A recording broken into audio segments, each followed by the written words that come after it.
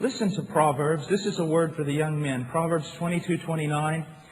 Do you see a man skilled in his work? He will stand before kings. He will not stand before obscure men. One of the great problems in the great work that God is doing, but on the human side, one of the problems in America, in this Reformation that we're going through, is a lot of young men, they get these truths, they hear these truths, and they want to run out and do something, but they do not want to tarry with God. They do not want to learn. They do not want to be His man before they are a preacher of the people.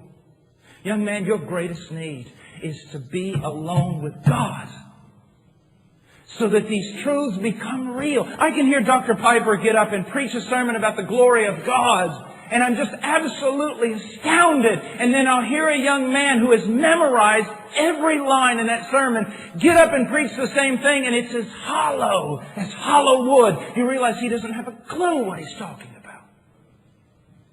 There is a sense of not just being a soldier who runs out there wildly, causing more damage to his own side than the side of the enemy. But to be a good soldier, an excellent soldier, one who has trained hard, one who has studied hard. One of the illustrations I love to use, don't know if it's an urban legend or true, but it serves its purpose as an illustration. It's about the master violinist, old man, and he's playing in his last concert. It's absolutely brilliant. And when he comes down from the podium, a young violinist comes up to him and says, "Sir, I'd give my life to play like you." And the old man looked at him and said, "Young man, I have given my life to play like me." That's the least that's expected of you. But young men, listen to me. If you're going to be a missionary, I had a young man come to me one time. He called me on the phone from the United States. I was in Peru, and he said, "Brother Paul, I just want to come down to Peru, and I just want to give my life away." And I said, "Well, how are you in your studies?" "Well, I'm not really, studies aren't that important. I just want to give my life away." I said, "Well, how are you in your preaching?" "Well, I'm just about living my life in front of, I just want to give my life away." I said, "Young man, there's no one here in Peru that needs your life. They need God, and they need someone to come down here who can open their mouth and tell them truths about God." Listen to me. Missions is not to be formed by the anthropologist or the sociologist or the person who knows everything about culture. Missions and mission strategies are to be designed by the exegete and the theologian. And the men who go to the mission field must be our greatest theologians and preachers and teachers, because it is possible that the church that they are going to plant will influence the entire nation. It is a travesty that in our seminaries there seems to be this dividing line in which all the missionary guys go this way to a non-theological education, and all our theologians go this way to a non-mission education. We need both. Verse 4. No soldier in active service entangles himself in the affairs of everyday life so that he may please the one who enlisted him as a soldier. I just have a question for every one of you. Do you realize that when you became a Christian, you were enlisted? You say, "Well, I didn't enlist." Wasn't up to you. You were enlisted. Do you see yourself that way? Do you see yourself as primarily a soldier of Jesus Christ? Now we know that a soldier, whether he likes it or not, he has one goal. He's given that goal. He's told it's the right goal, and he must conform his life to that goal. And what is that goal? Soldier, you have one purpose: to please your commanding officer in absolutely everything.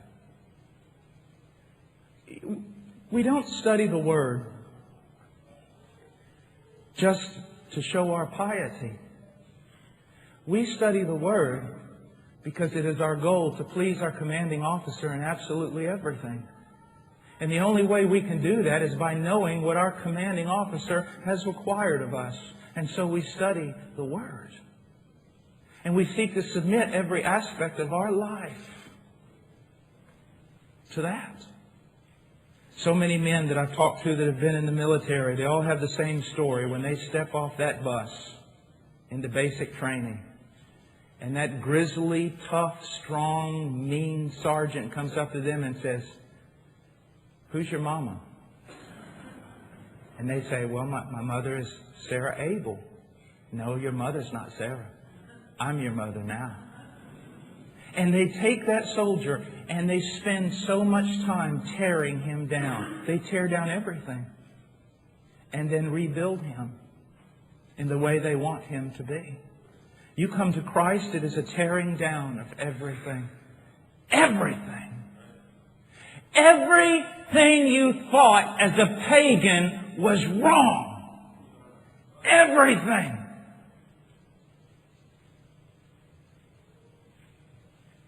Reject and accept a whole new way of life.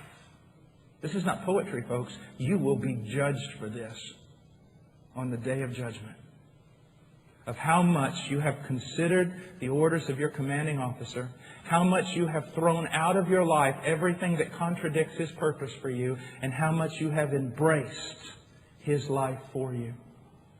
Now, he says, to do this, we must avoid entanglements in the affairs of everyday life. The word empleko means to inweave, entangle, involve in. We live in the West, the most dangerous place on the face of the earth to be a Christian. It is, because it is full of entanglements. The desire for wealth, the desire for things that drive you to debt. If you're like a normal group of people that I would address on any given day, some of you are so entangled in debt, you can never be generous. You could never have any freedom to spend more time with your children or your wife. You have sacrificed your life, your eternal calling, your entire family for things. You're entangled. You're entangled. Hobbies, sports, leisure, fashion. What does it mean to be entangled? It means you become so involved in something that it consumes your time and it defines who you are. Also, the ministry is full of entanglements. Young men, listen to me. My primary obligation is to be a man who dwells with God. That is my primary responsibility. When I was called into the ministry, an old pastor who was frightening in his holiness, he looked at me and he said this, "Boy, can you be alone?" And I thought he meant that if I preached the truth, that I would be alone. People would forsake me. That's not what he meant. What he meant was, when all the other boys are running around in bachelor packs and going to Christian retreats and hanging out together and doing all sorts of things, can you abide alone with God in His Word and in His presence? That's some of the greatest counsel I've ever received in my life. You must first of all be a man of God or a woman of God before you can be any good in the other things.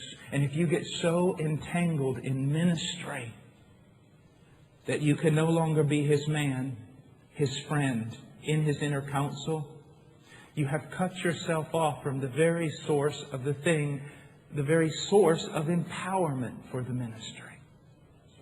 Now, Guthrie writes, "You were called to renounce everything that hinders your effectiveness as a soldier of Christ." Again, I've got to tell you, this isn't poetry. This is true.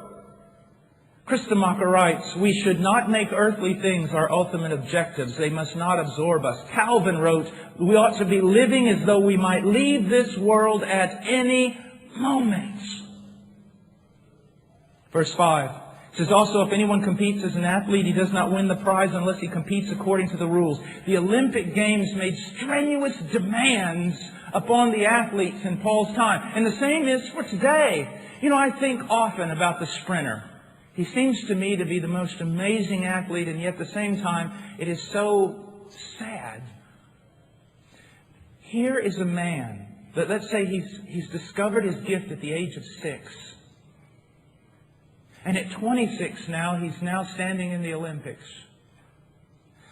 20 years, every day of his life, it has been sprinting, sprinting, sprinting. That sprinting controls what he eats. It controls his studies at school. It controls the way he lives, his workout. He has no free time. Nothing. And he trains for 20 years to run a 10-second race to win a gold medal that isn't gold.